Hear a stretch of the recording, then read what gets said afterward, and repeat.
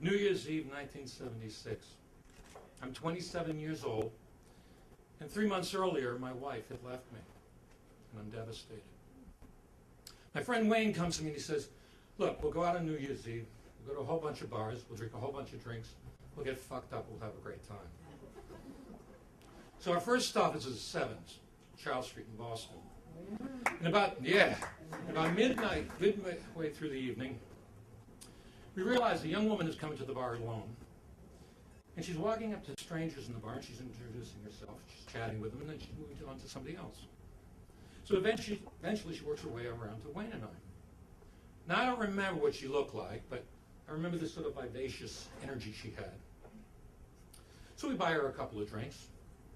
12 o'clock comes, it goes. She says she feels like dancing. So we head across Boston to this disco that she knows about. She sneaks us in the back door. Now, I didn't feel like dancing that night. So she and Wayne hits the floor, and I go to get drinks at the bar.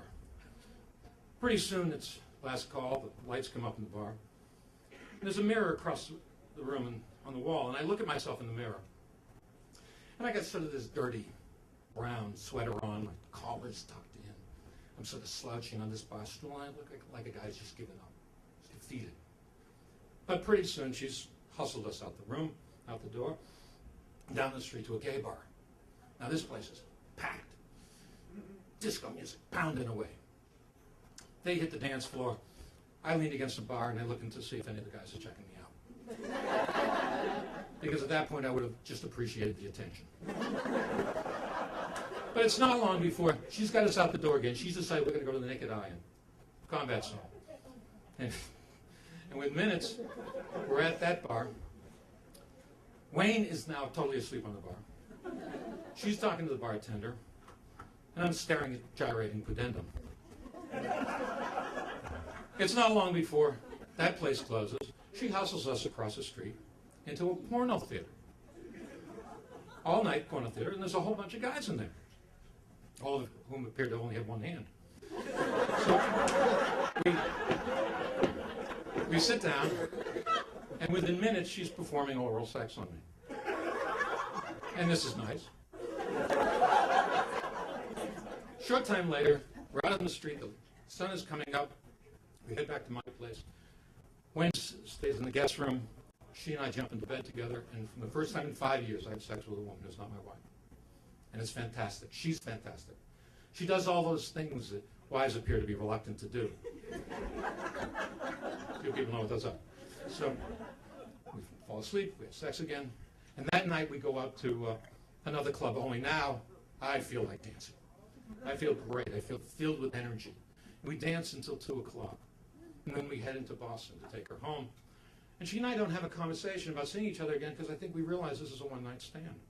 As a matter of fact, she has me, we were off at Arlington and Beacon Street, and she disappears around the corner as if she doesn't even want me to know where she lives. So we're driving up to Beacon Street. There's 2 inches of freshly fallen snow on the ground. Everything's sort of muffled and floaty and surreal. I turn on the radio and Mott the Hoople comes on singing, "All the young dudes, carry the news, carry the news." And at that moment, I know this sounds like a cliche, it absolutely felt as though that song was meant for me. Because I was feeling I had news I wanted to carry and disseminate. Because I was realizing at that moment, even though I'd experienced the devastation, the loss of true romantic love, as superficial as it's going to sound, and I am a guy, I had also experienced the redemptive power of physical love. So we started singing along with the song, almost as an anthem to this angel who had given me this gift precisely at the moment when I needed it the most.